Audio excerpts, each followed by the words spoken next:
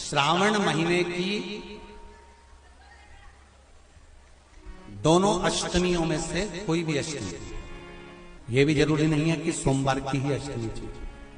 श्रावण महीने की दोनों अष्टमियों में से कोई भी अष्टमी को बेर के पत्ते पर लाल चंदन, बेलपत्री के पत्ते पर पीला चंदन, शमी के पत्र पर केवल कोई चंदन लगाने की जरूरत नहीं, सादा केवल एकदम कुछ भी उसमें लगाकर नहीं, सिंपल। महाराज शमी के 5 पत्ते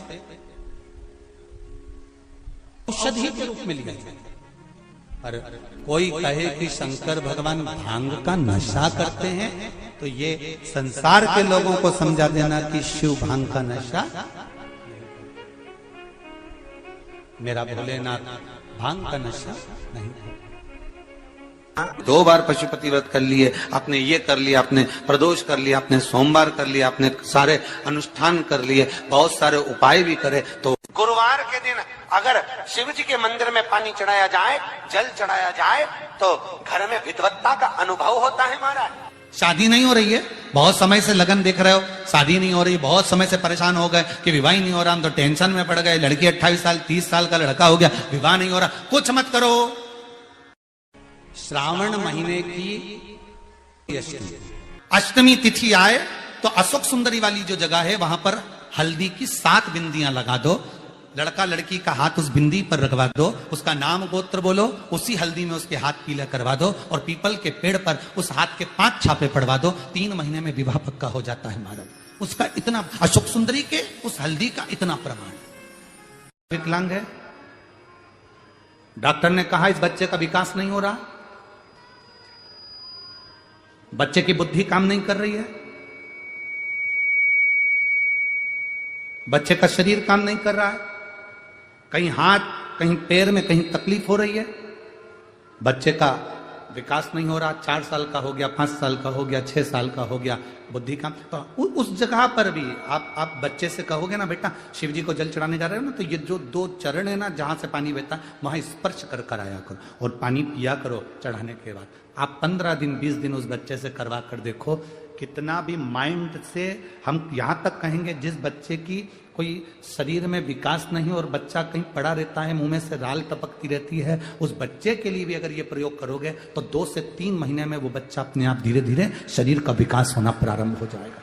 हर महीने आता जब आपके हृदय में कभी कोई बात आ जाए कि बाबा आज मेरा मन ये कह रहा है और आपको सुनना है बाबा, आपको स्वीकारना है बाबा, आपको मेरे मन की बात जानना है बाबा, बस हाथ में चंदन लगाया, बेलपत्री का भाग इस तरह से पकड़कर शिव जी से अपने हृदय की बात कहकर, मेरे देवादिदेव महादेव से दिल से कहकर, अशोक सुंदरी वाली जो जगह होती है, आपको बताया है अशोक सुंदरी का जो स्थान होता है, ये शिवलिंग या अशोक सुंदरी की जगह, इस बेलपत्र को अशोक सुंदरी वाली जगह पर जहां शिवलिंग है, शिवलिंग की साइड पर पहले नंबर की पत्ती का मुख होना चाहिए, बस उसको रख दीजिए और उस पर थोड़ी देर हाथ रखकर अपने हृदय की बात मेरे महादेव को दिल से कहकर आ जाइए कि अष्टमी या अगला प्रदोष या अगली शिवरात्रि जब आती है, मेरा महादेव आपकी मनोकामना का भाव पूर्ण करता है। जी का मंदिर तुम जा रहे हो, शिव जी पे जल चढ़ाने के लिए जा रहे हो, तो निवेदन है बीच में तुम्हारी मौसी, काकी, मामा, फूफा, सहेली, रिश्तेदार का नातेदार, बेस्ट फ्रेंड किसी का भी घर पड़ जाए, शंकर के मंदिर जाते समय और शंकर के मंदिर से वापस घर आते समय किसी के दरवाजे पर मत रुको, सीधे अपने घर पर ही रुको। भगवान विष्णु ने जाते हुए शिव बाबा को देखा, शंकर भगवान से, भगवान नारायण ने कहा आप कुछ कहेंगे नहीं? भगवान शंकर कहते हैं नारायण चिंता मत करो, ये बद्रिकाश्रम में जो आएगा चने की दाल चढ़ा कर जाएगा, चने की दाल को मंदिर के पीछे बैठकर ओम नमः शिवाय बोलकर जो नारायण को समर्पित करेगा, उसके मनवांचित फल को मैं 3 महीने में पूरा कर दूंगा, उसके मन की कामना को मैं 3 माह में पूर्ण कर दूंगा। आज भी नियम है, चने की दाल को लेकर जाते हैं, बद्रिकाश्रम के मंदिर के पीछे बैठकर चने की दाल को लेकर ओम नमः शिवाय का जाप करते हैं, 7 बार ओम नमः शिवाय बोलकर चने की दाल वापस घूमकर भगवान विष्णु को समर्पित करी जाती है, तो 3 महीने में मनोकामना पूरी हो जाती है। उस चने की दाल का इतना श्रावण महीने में 5 स्थान ऐसे हैं जहाँ का दर्शन आपके जीवन को एक आनंद प्रदान करता है। पहला है बेलपत्र के वृक्ष के नीचे जाकर ऊपर की ओर मुख कर बेलपत्र का दर्शन करें। यह आपको जीवन में सुख प्रदान करेगा। दूसरा है शिवालय के नजदीक में पहुंचकर भगवान शंकर के शिखर का दर्शन करना। तीसरा है मंदिर के अंदर शिवालय में पहुंचकर नंदी का दर्शन करना। चौथा है भगवान शंकर के मंदिर में पहुंचकर जो जलाधारी लगी होती है, डमरू त्रिशूल रखा होता है, उसका दर्शन करना। और पांचवा है मेरे देव अधिदेव महादेव के शिवलिंग का दर्शन करना। ये हमारे जीवन को एक आनंद और सुख प्रदान करता है। श्री शिवाय नमस्ते। अगर कोई व्यक्ति मंदिर में बेलपत्र चढ़ा हुआ है और बेलपत्र उसने एकत्रित कर लिया मंदिर के अंदर ही, और मंदिर में बेलपत्र एकत्रित कर कर धागा लिया और उस कच्चे धागे में, उस कच्चे धागे के अंदर अगर उस बेलपत्र की डंडी को पीछे से उसने एक एक साधारण सी गांठ लगाकर उस बेलपत्र की माला को सिद्ध कर लिया, हल्की सी कच्चे सूत की गांठ लगाते लगाते मंदिर की चढ़ी हुई बेलपत्र को, शंकर पर चढ़ी हुई बेलपत्र को, शंकर की चढ़ी हुई बेलपत्र को ही उसने गांठ लगाकर जब माला सिद्ध कर ली और सिद्ध कर कर अगर वही माला भगवान शंकर को अर्पित कर देती है तो कहते हैं कि हमारा फिर पुनर्जन्म होता ही नहीं है। इस संसार सागर से हमारी मुक्ति हो ही जाती है, पुनर्जन्म से हम छूट जाते। जिस पवित्र महीने में बाबा देव अधिदेव महादेव अपने भक्तों के लिए कुबेर का भंडार खोल देते हैं, ऐसे पवित्र महीने में आप शिव को पाने का प्रयास करें। शिव किसी भौतिक वस्तुओं से प्राप्त नहीं हो सकते। शिव को पाने का सबसे सुंदर तरीका है शिव के मंत्र का जाप करना, भगवान शंकर को जल अर्पित करना, समर्पण करना और बाबा देव अधिदेव महादेव के मंत्र जाप का स्मरण करना। वही सावन की मूलता है। मेरी जीजियों से, मेरे जीजाओं से, बेटियों से, बेटाओं से मंजिल तक पहुंचने के लिए पांव की जरूरत होती है और शंकर तक पहुंचने के लिए भाव की जरूरत होती है। मंजिल तक पहुंचना है तो पांव की जरूरत होगी और शंकर तक पहुंचना है, शिव तक पहुंचना है, शंकर से कुछ प्राप्त करना है, झोली पसार कर अपनी झोलियों में खुशियां प्राप्त करना है तो भाव की जरूरत होती है, केवल भाव। आप कितने धनपति हैं, कितने करोड़पति हैं, कितने सत्तापति हैं, कितने वैभवपति हैं, कितना आपके पास में वैभव है, कितना धन है, कितनी संपदा है, वो कोई मायना नहीं रखता। आपका भाव कितना है, शंकर जी के प्रति आपका दिल कितना है, भगवान शंकर के प्रति आपका भाव कितना है, वो देखा जाए। और कभी मौका लगे ना तो एक बार सीहोर कुबेरेश्वर धाम रुद्राक्ष महोत्सव में आकर देखिएगा। हीरे की चूड़ियां पहनने वाली मेरी जीजियां जिनके घर में 10-10 नौकर काम करते हैं, वो भी कुबेरेश्वर धाम में बर्तन मांजने की सेवा करती हैं, आकर सेवा में लगी रहती हैं, भोजन बनाने की सेवा करती हैं। जिनके घर में 10 नौकर लगे हैं वो कुबेरेश्वर धाम में आकर बाबा की सेवा में लगती हैं। उनसे पूछो कि तुम क्यों सेवा करती हो, उनसे पूछो कि तुम यहाँ आकर क्यों करती हो सेवा, तो वो कहती हैं हम साल में एक बार बाबा के धाम आते हैं और कुबेरेश्वर बाबा के यहाँ आकर सेवा कर कर जाते हैं। साल भर कुबेर भंडारी इतना देता है कि हमारी सेवा के लिए 10 नौकर लाकर खड़ा कर देता है। ये उसकी कृपा, ये उसकी उदारता, ये उसकी दया। शंकर भगवान ने पूछा कौन सा रूप, तो कि जो मैं बचपन में भजती थी, जो मैं बचपन में भजती थी, जिसको मैंने बचपन में दर्शन किए हैं, छोटा सा शिवलिंग, छोटा सा शिव, ठीक है, छोटा सा शिवलिंग का रूप शंकर भगवान रखने को तैयार है, ठीक है। शिवजी ने पूछा कि मुझे उठाएगा कौन। पार्वती जी मुस्कुरा कर कहती हैं सुनो भोलेनाथ, आप अगर अपने असली स्वरूप में बैठते हो ना तो दुनिया का कोई तुम्हें तिल भर नहीं हिला सकता, पर जब तुम छोटे से शिवलिंग के स्वरूप में हो जाते हो तो कोई बच्चा भी तुम्हें गोदी में ले लेता है, क्योंकि वो आपको भोला मानता है, वो आपको भोला मानता है, वो आपको भोला समझता है, सरल सहज।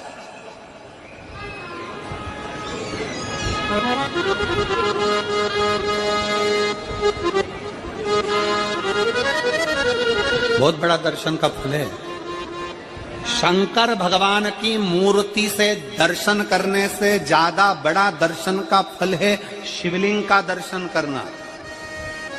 स्वप्न में शंकर भगवान की मूर्ति को देखना, जटाजूट बांधे हुए शंकर जी को देखने से बड़ा फल है शंकर के शिवलिंग का स्वप्न में दर्शन करना। अगर सपने में किसी को शंकर का शिवलिंग दिखता है, सपने में कोई अपने घर से पानी चढ़ाने शंकर को जा रहा है, मैं लोटा भर के जल चढ़ा रही हूं, सपने में दिख रहा। और कई कई ऐसे भी होते हैं जिनको सपने में दिखने की जगह वो सपने में चल भी देती है।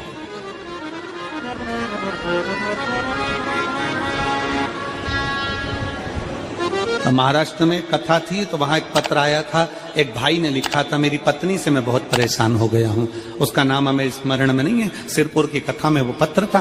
तो उसने लिखा, मैं अपनी पत्नी से परेशान हो गया हूं। तो उससे हमने एकांत में बुलाकर पूछा, भाई ऐसा क्या हो गया, बता तू क्या हुआ। उसका फोन नंबर था, उसको फोन लगवाया, पूछा क्यों परेशान हो गया। उसने कहा, मेरी पत्नी रात को चिल्लाती है, बोलबम का नारा है बाबा एक साथ। कभी कभी सपने में बैठकर चिल्लाती रहती है, ऐसे बैठ जाएगी और चिल्लाएगी, श्री शिवाय नमस्तुभ्यं, श्री शिवाय नमस्तुभ्यं।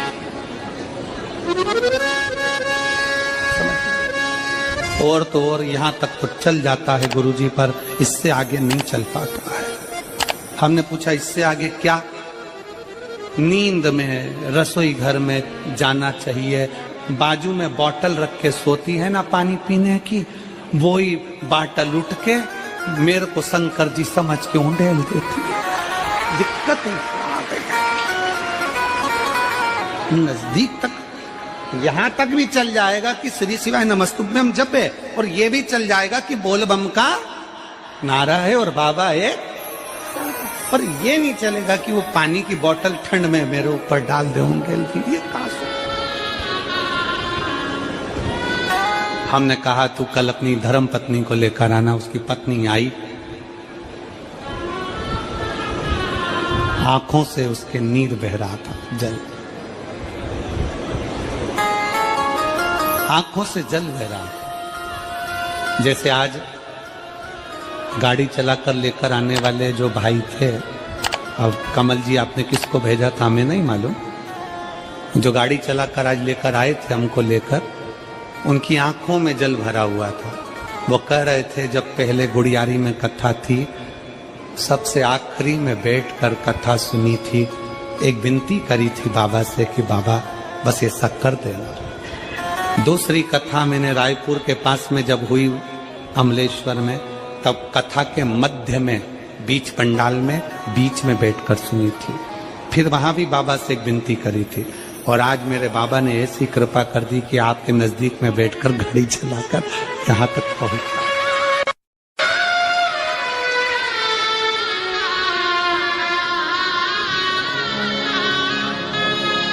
शिव कृपा।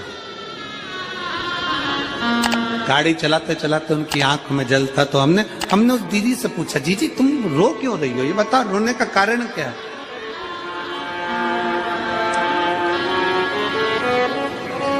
कहने लगी, गुरुजी आपका इतनी नजदीक से दर्शन हो गया। हमने कहा, जी एक बात सुन, आज बड़ी प्रसन्नता से कहते हैं कि किसी गुरु का दर्शन जब होता है तो आंखों से नीर बहता है। भगवान से प्रार्थना करना कि एक बार उसका दर्शन हो जाए तो हमारी जिंदगी उसकी हो जाए, उसका दीदार। कितनी आतुरता थी मेरे राम जी की।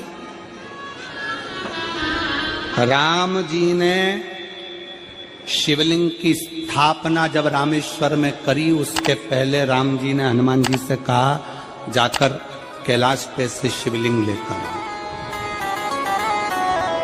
रामचरितमानस का स्मरण करिए, जाओ कैलाश पर से शिवलिंग लेकर आओ, मुझे यहाँ पर पूजन करना है। राम जी ने हनुमान को शिवलिंग लेने भेज दिया। रामेश्वर धाम में राम जी इंतजार कर रहे थे, तभी हनुमान जी तो गए थे शिवलिंग लेने के लिए, और मां जानकी ने शिवलिंग का निर्माण कर दिया। राम जी ने शिवलिंग का निर्माण कर दिया, जानकी जी ने शिवलिंग का निर्माण कर दिया।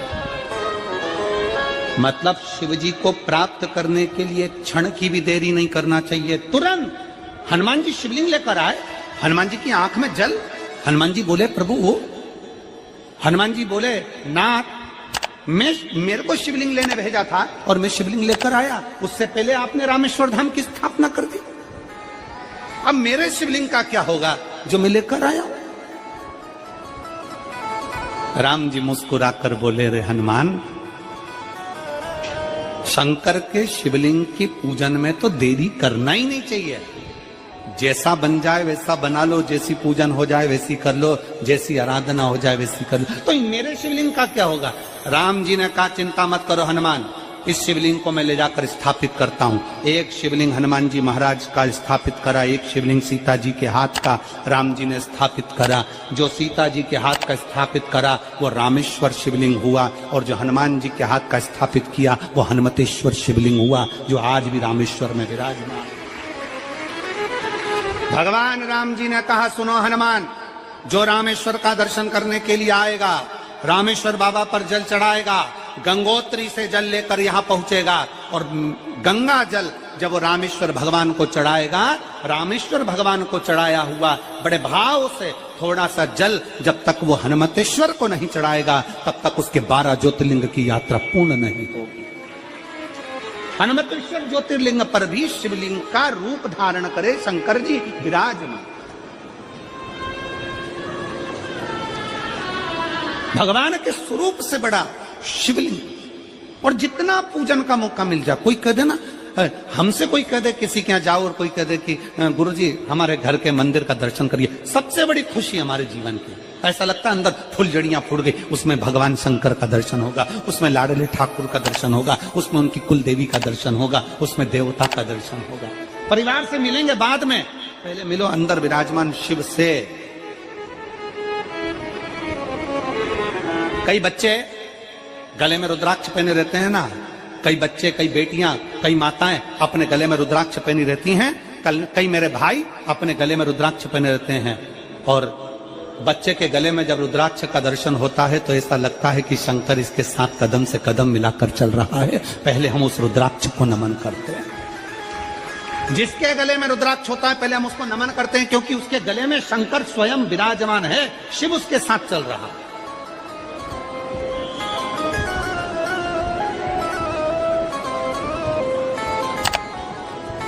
शिव उसकी साक्षी दे रहा है।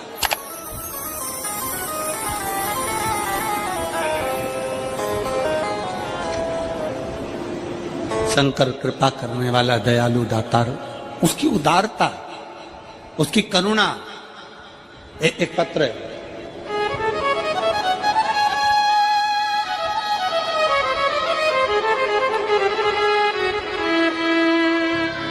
मेरा नाम जानकी देवी, पति श्री बुधराम, शिव के अधीन होकर, शिव के अधीन, शिव की शरणागति ग्रहण कर शंकर की, हम शिव के अधीन होकर क्या देगा शिव, क्या प्रदान करेंगे भगवान शंकर।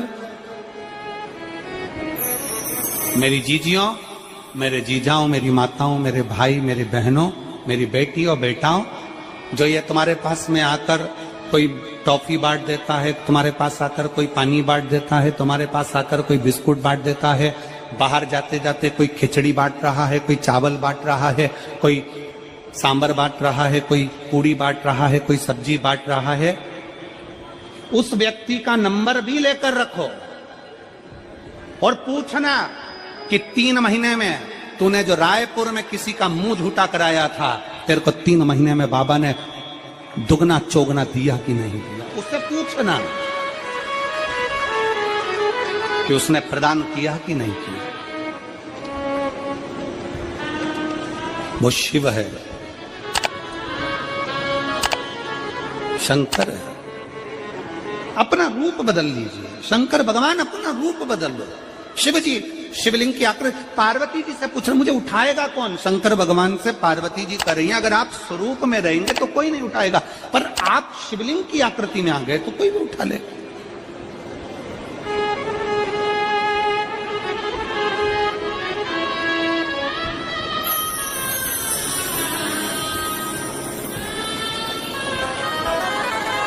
अपने बाप के घर, अपने पिता के घर, अपने पिता के घर, अपने बाबुल के घर, अपने पिता के घर, अपने बाप के घर जब भी जाते हैं एक दिल लेकर, एक भाव लेकर जाते हैं।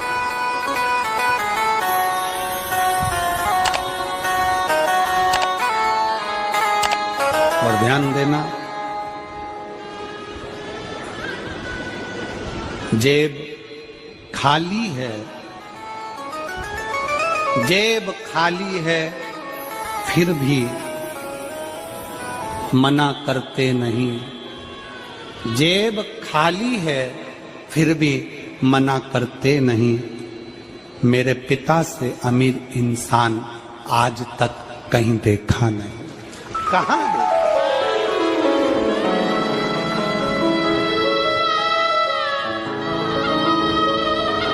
में पानी है, वह धीरे धीरे डॉक्टर बोल रहा है सूख जाएगा। अब डरने का विषय नहीं।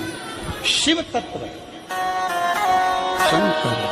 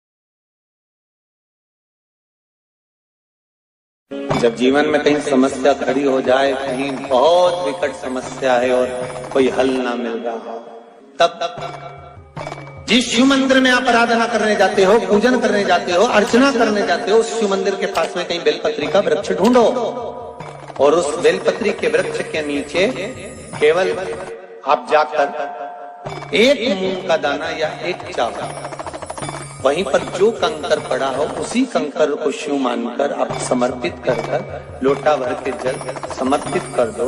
आपको ये नहीं कि माला पकड़ के बैठना है, आपको ये नहीं कि मंत्र का जाप करना है, आपको ये नहीं है कि आपके मंदिर में जाकर बैठ जाओ। आपने जल चढ़ा दिया, शिव से डायरेक्ट जाकर कह दिया कि मेरी ये समस्या बड़ी विकट है, उसको